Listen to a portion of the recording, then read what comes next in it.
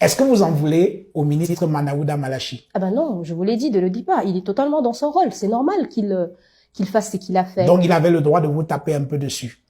Écoutez, quand il s'agit de santé publique, il est tout à fait normal quand même de prendre les dispositions nécessaires pour pouvoir remettre les choses dans l'ordre ou alors rassurer la population. C'est tout à fait normal. Oui. Par contre, là où j'ai eu un peu de la peine sur la question, et ça c'est en tant qu'être humain, je suis un chef d'entreprise, Monsieur Bruno Taille.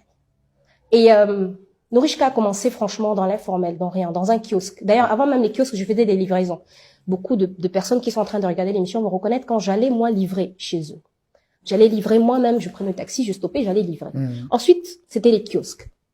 Ensuite, on a grandi au fur et à mesure, Je suis une entreprise qui est née de zéro, qui n'a jamais eu aucun crédit pour pouvoir exister. Je me suis battue pendant pratiquement 10 ans. Et Nourishka, c'est vraiment le commencement. Mais grâce à Nourishka, vous avez d'autres produits de la marque. Ça veut dire, vous avez Nora Choco, vous avez Nora Milk, vous avez Agriap, des dérivés qui sont tous venus après Nourishka. C'est la base, c'est le fondement, ça a commencé là. La petite fille qui n'avait que 24 ans lorsqu'elle lançait son entreprise et à laquelle personne ne croyait.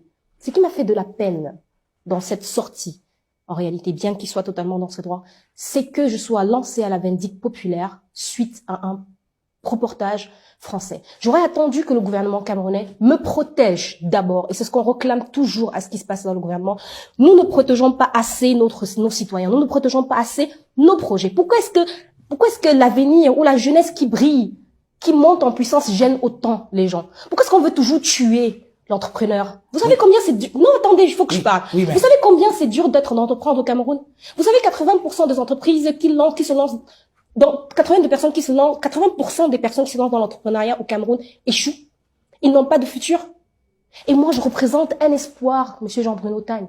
Je représente un espoir. J'ai fait ce que beaucoup de jeunes représenter un espoir en vendant des produits sans avoir j'ai pas obtenu l'autorisation, je suis tout à fait d'accord. Mais il y a quelque chose, il y a une étape avant la pression. Oui. C'est l'encadrement et l'accompagnement.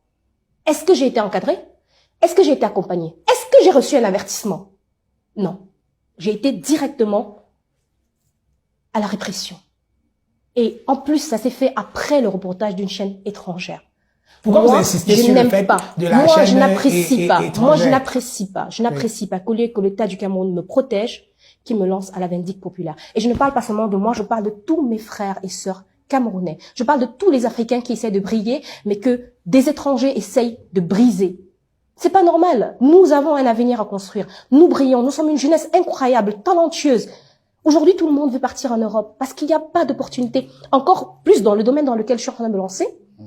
Vous avez des étudiants qui sont des chimistes, qui sortent des milliers des écoles et ils n'ont pas d'avenir. Alors ce que je fais peut leur proposer un avenir.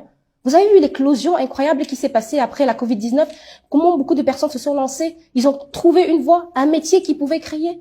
Pourquoi on n'encadre pas ces jeunes ou ces entrepreneurs, même s'ils sont jeunes ou ils sont vieux? Pourquoi on les encadre pas d'abord? Pourquoi est-ce qu'on ne met pas assez de normes? Parce qu'il y a un gros problème avec les normes au Cameroun, il faut le savoir. Il y a plein de vides juridiques en ce qui concerne les normes. Pourquoi c'est aussi coûteux de pouvoir normer un produit, d'obtenir une autorisation de vente? Pourquoi c'est aussi coûteux? Pourquoi tuer l'entrepreneuriat? Pourquoi ne pas accompagner? Pourquoi ne pas avoir des mesures? Et vous savez, à l'Assemblée nationale, moi, je fais toujours tout et tout pour me battre pour ces jeunes-là qui n'ont pas de voix, qui sont à mon image. Boa go to Doha. Allongez-vous confortablement, fermez les yeux et laissez-nous vous transporter à la World Cup FIFA Qatar 2022 pour encourager les Lions. Tous derrière les Lions. Boa go to Doha, charter de touche à tout en partenariat avec Qatar Airways et Match Hospitality.